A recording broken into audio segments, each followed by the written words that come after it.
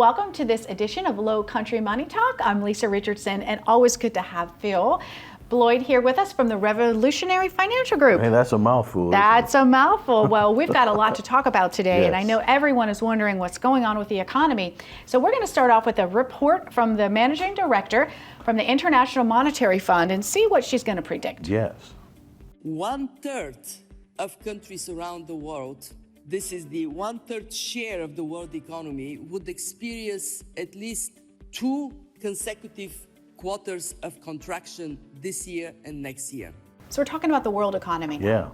So, the thing on this, Lisa, is this won't go away, it seems like. So in 2008 and 2009, we've kind of bottomed out the market, got it to its end, and then moved up from there. This just keeps going and going and going. So we've had 2 back-to-back negative quarters as far as GDP is concerned this year.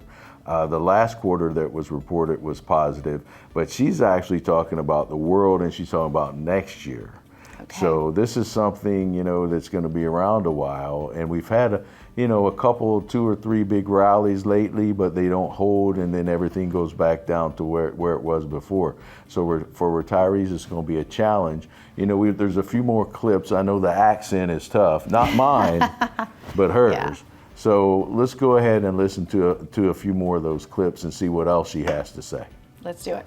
I'm the natural optimist, but today I stand in front of you and I need to say more likely to get worse than to get better. In other words, risks are, as we say at the fund, on the downside.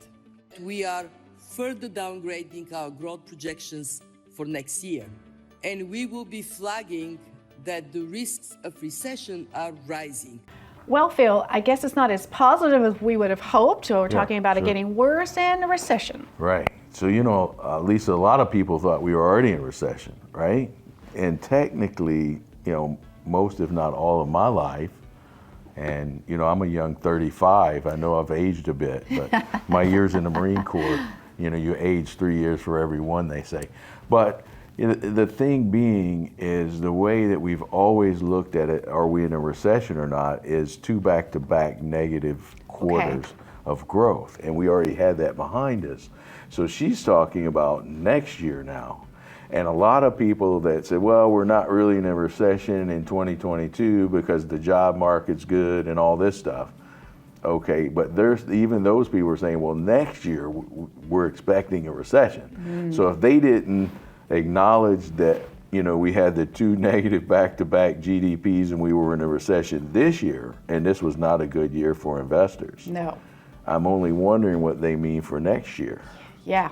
So. Wow. Well, how might that look at an average person's, day to day? Let's talk about prices of Sure. gas and food and just the day-to-day things that we all need. That's the things we talk about, Lisa, is like, look, you can call it what you want, but when you go to the gas station, when you go to the grocery store, you're paying more for everything. You are. Someone who shops a lot, I do see the increase over the last year. I mean, in a lot of cases, it's double per item. Eggs, I think, 3 times the Eggs, cost. yes, you're we right. can get a steak and forget the eggs. Yeah, Okay. yeah, right. I'm like, wow, and this is a staple that most Americans have in their diet, eggs, this and that. So your grocery bill is probably, one of the big things. And now we're going into winter, so we have utility bills and things of this nature, and they are expected to be 50 to 100% more.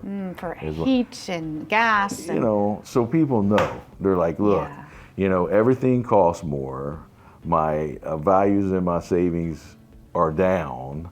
And, the dollar doesn't go too far. I heard recently some of the politicians were claiming, hey, we got you a raise in your Social Security because Social Security is going up 8.7%. Those politicians got you a raise in their Social Security because they put us into inflation. Yeah. Because your Social Security is adjusted by inflation. It's automatic. So the politicians, what they had to do with was getting us in this inflation by spending too much money. Yes. There's too many dollars following too little goods. That's the definition of inflation. And we can talk about recession and we can talk about this or that, but inflation is a killer. What do you, in your expert opinion, see happening? Now, we're going to talk in the next segment about retirement, Yeah. looking at retirement, but just for someone who's not there yet, someone's Yeah. working families, what do you advice might you give Well, them? the interest rates going up by the Federal Reserve, another thing, if you yes. haven't taken your retirement options yet, we'll talk in the next segment, but that's Yeah. going to affect you big time. Wow. Wow, there's a lot to learn here. Very important information. So stay right here. We're going to be back with another segment here from Lowcountry Money Talk.